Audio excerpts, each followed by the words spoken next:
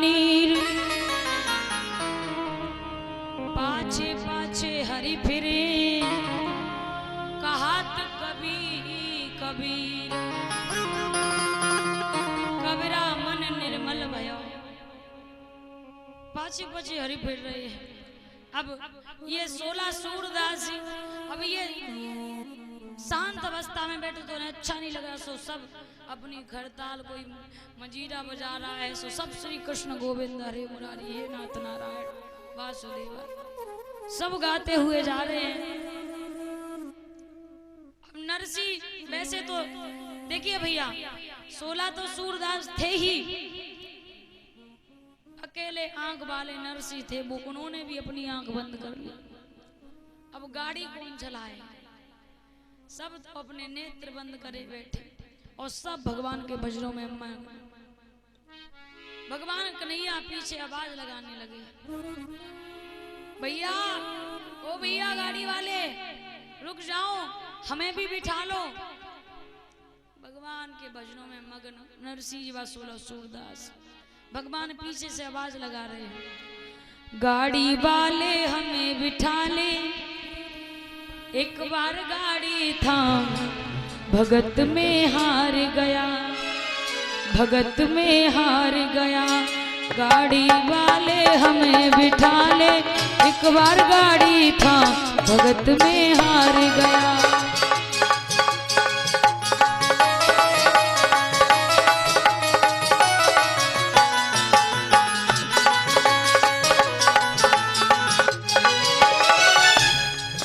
वो गाड़ी वाले हमें बिठा ले, एक बार गाड़ी था, भगत में हार गया, भगत में हार गया।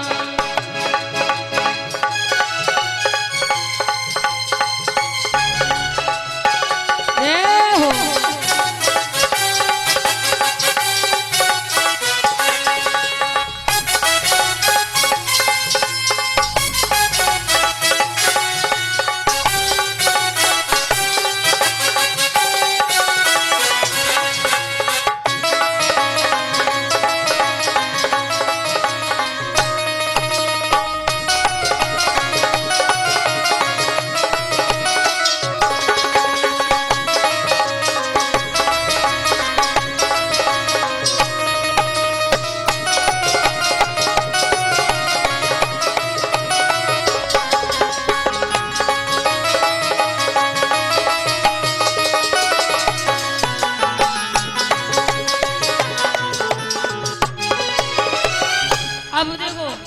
जैसे ही भगवान ने आवाज लगाई, नरसिंह ने आंख खोली, पूछा भैया तुम कौन हो? अरे कहा कि मेरा नाम गोविंद है। गोविंद? मेरा नाम कृष्णा है। अब भगवान सीधे सीधे कह रहे हमारो नाम कृष्णा है, लेकिन नरसिंह जी कहें भैया वैसे हूँ, हमारे गाड़ी में जगह नहीं है, 16 सूरदास 17 में हम बैठे, हमारे बूढ़े बूढ़े बैल हैं। नरसिंह भगति कहवन लागे, गाड़ी मेरी पुरानी है,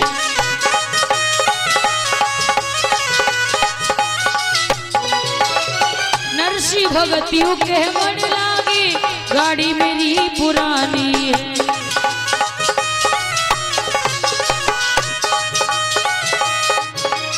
भगवान ने कहा भैया अगर तुम्हारी गाड़ी टूटी फूटी है तो कोई बात नहीं, यही तो मेरा काम है, गाड़ी जो टूटी फूटी है उसको सुधारने का, एक बार तो बिठा के देखो। गाड़ी तेरी ठीक करूंगा, मैंने मन में ठानी है,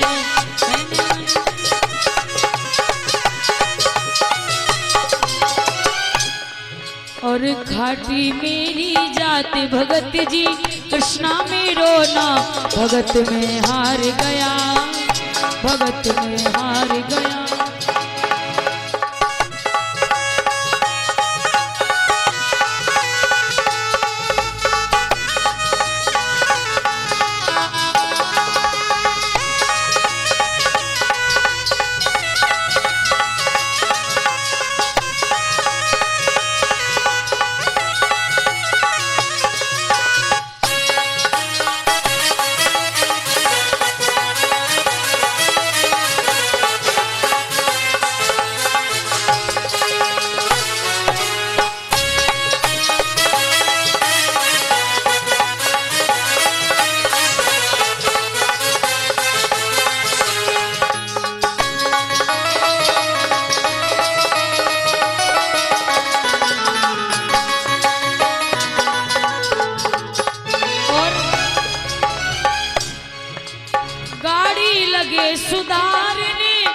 प्रभु हाथ में आ रही थी।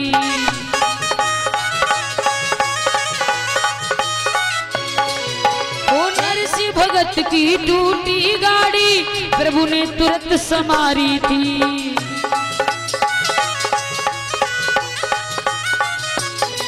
अब देखिए गाड़ी जब सुधर गई, नरसिंह जी बोले भैया हमारे पास तुम जो कहो कि हमें पैसा दो गाड़ी सुधरवाने के, तो हमारे पास पैसा ऐसा कुछ नहीं ना, पैसा के चक्कर में रहो।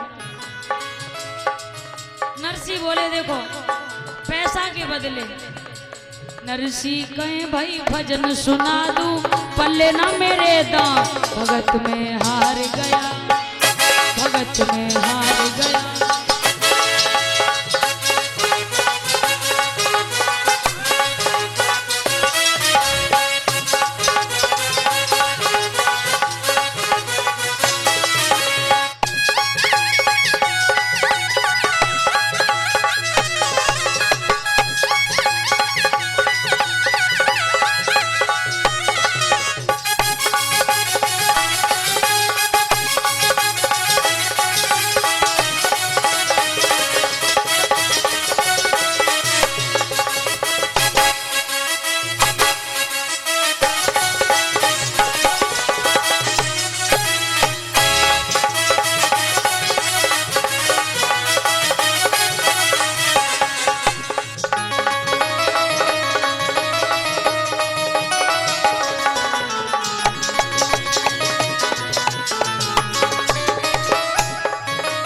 नरसिंह कहे भाई भजन सुना दूं पल्ले ना मेरे दांव, भगत में हार गया हो, भगत में हार गया, भगत में हार गया, भगत में हार गया।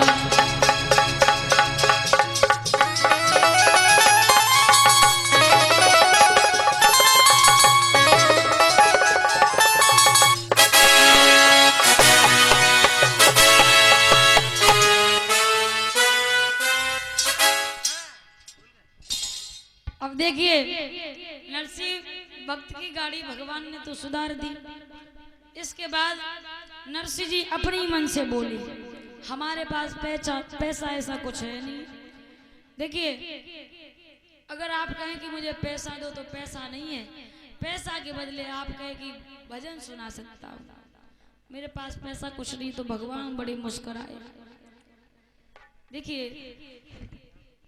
भगवान सदैव भाव के भूखे। देखिए नरसिंह के अंदर कितना भाव देखा।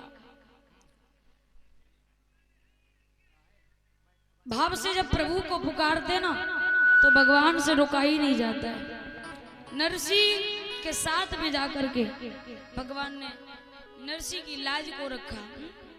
रामा के यहाँ भात भराया प्रभु ने। तो ये सब मानो एक दृष्टांत है, ये हमें समझाते हैं कि भक्ति हमें कैसी करनी चाहिए।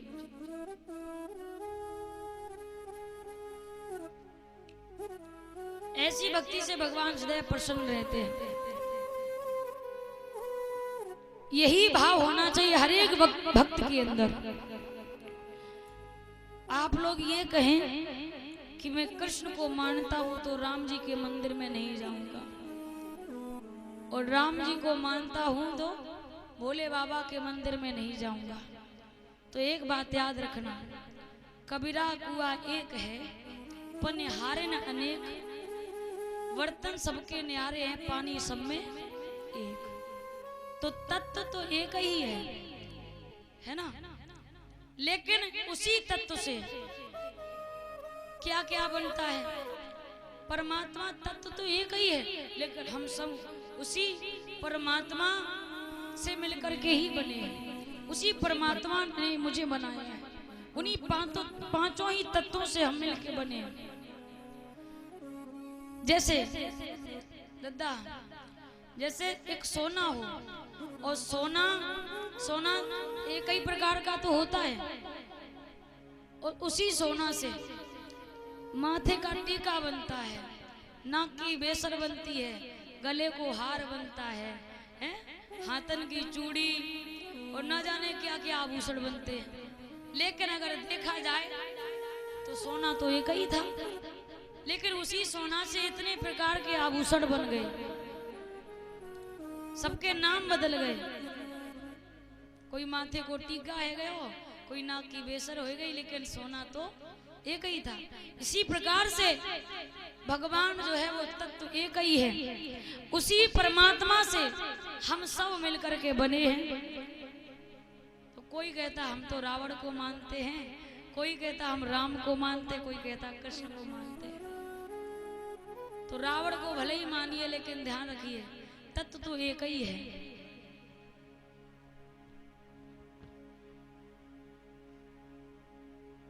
वही तत्व है, उसी से हम सब बने हैं।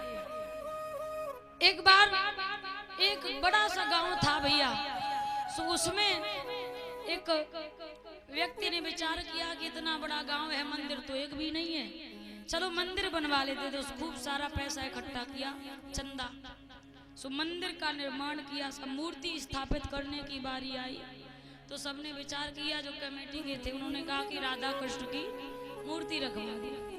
तो राधा कृष्ण की मूर्ति रखवा दी। अब जो राधा कृष्ण को मारने वाले केवल वही जाते मंदिर में, राम भक्त कोई न जाए। ये बात लोगों को बड़ी बुरी लगी, तो कहा कि राधा कृष्ण की मूर्ति को विसर्जन कर दो। राधा कृष्ण की मूर्ति को विसर्जन कर दिया गया। अब रख दी गई राम और लक्ष्मण सीता की मूर्ति लाके स्थापित करी। अब जो राम भक्त थे वो सब आने लगे, तब भी लोगों को बुरा लगा। उन्होंने कहा कि ऐसा करते हैं, राम की भी मूर्ति विसर्जन कर देते हैं। सबने फिर से चंदा किया, राम की मूर्ति का विसर्जन किया, भोलेनाथ की शिवलिंग लाके स्थापित कर दिया। अब जो भोलेनाथ के भक्त थे वो आने लगे, बड़ी समस्या बढ़ती गई। सबने कहा ऐसा करो, ये शिवलिंग भी विसर्जन कर दो। शिवलिंग को भी विसर्जन कर दिया। बोले अब एक काम करो, ये मंदिर तुड़वा के यहाँ पे मस्जिद का निर्माण करो। मस्जिद जब बनवाई गई तो वहां पे मुस्लिम भैया आने लगे, कोई हिंदू ना जावे। सबको बड़ी बुरा लग रहा था, सबने वो मस्जिद को भी तोड़वा दिया। अब वो कार्य वहीं पे छोड़ दिया। अब क्या करें, कुछ हो तो सकता नहीं है, सब अपने अपने काम में व्यस्त हो गए। तो उसी गांव में एक महात्मा जी पधारे, और महात्मा जी ने जिसमें उस जगह को देखा तो लोगों से पूछा, सबने कहा कि अरे महात्मा जी बड़ी गंभीर बात है। जब कृष्ण की और राधा की मूर्ति का मंदिर बना तो सब कृष्ण भक्त आते थे, कोई भक्त नहीं आता था। और दूसरा, राधा कृष्ण की मूर्ति विसर्जन की, राम की रख दी, शिव की रख दी, तो जो शिव भक्त थे वो आने लगे। इसलिए मस्जिद बनवाई गई तो मुस्लिम भैया आने लगे। महात्मा जी ने कहा देखो, ऐसे लोगों की मानसिकता को इकट्ठा तो किया नहीं जा सकता है, वो अपनी अपनी बुद्धि है, समझाया ही जा सकता है, परंतु समझाने पर भी ना समझे तो उसकी ना समझी है। समझ लो वो ना समझे इसलिए नहीं समझ रहा है। तो महात्मा जी ने कहा एक काम करो, ये मस्जिद है इसको तोड़वाओ और यहाँ पे एक होटल बनवाओ। सबने कहा ठीक है, इतना पैसा खर्च हुआ है और कर लेते। सो होटल का निर्माण कर दिया गया। अब वहां पर राम को मानने वाले थे वो भी जाने लगे, कृष्ण को मानने वाले थे वो भी जाने लगे, और जो शिव को मानने वाले थे मुस्लिम सिख ईसाई सब वही होटल में सब जाने। तो परमात्मा एक है, उस परमात्मा के जो है स्वरूप अलग हो गए हैं, तो क्या भगवान बदल गए हैं? नहीं बदले हैं। जिस तरह से हम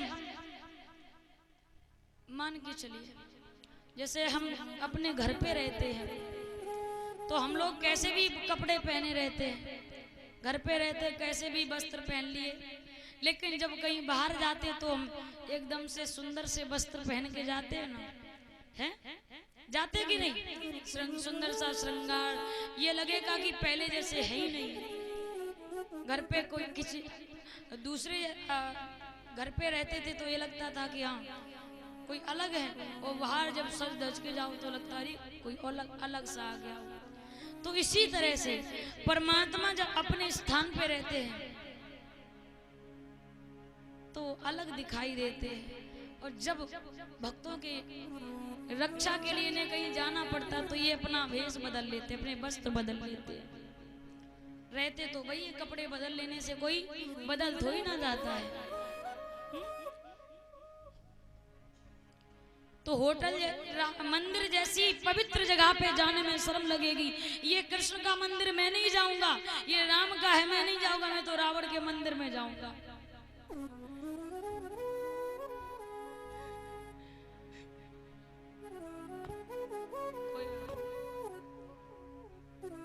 तो ध्यान रखना ये चीज अंदर नहीं होनी चाहिए। होटल जैसी बेबुनियाद जगह पे हम लोग चले जाते हैं, तब ये भी नहीं देखते ये किसका होटल है, किसने बनाया भोजन, किसने नहीं बनाया, और पवित्र जगह पे जाने में संकोच करते, ये गलत बात है।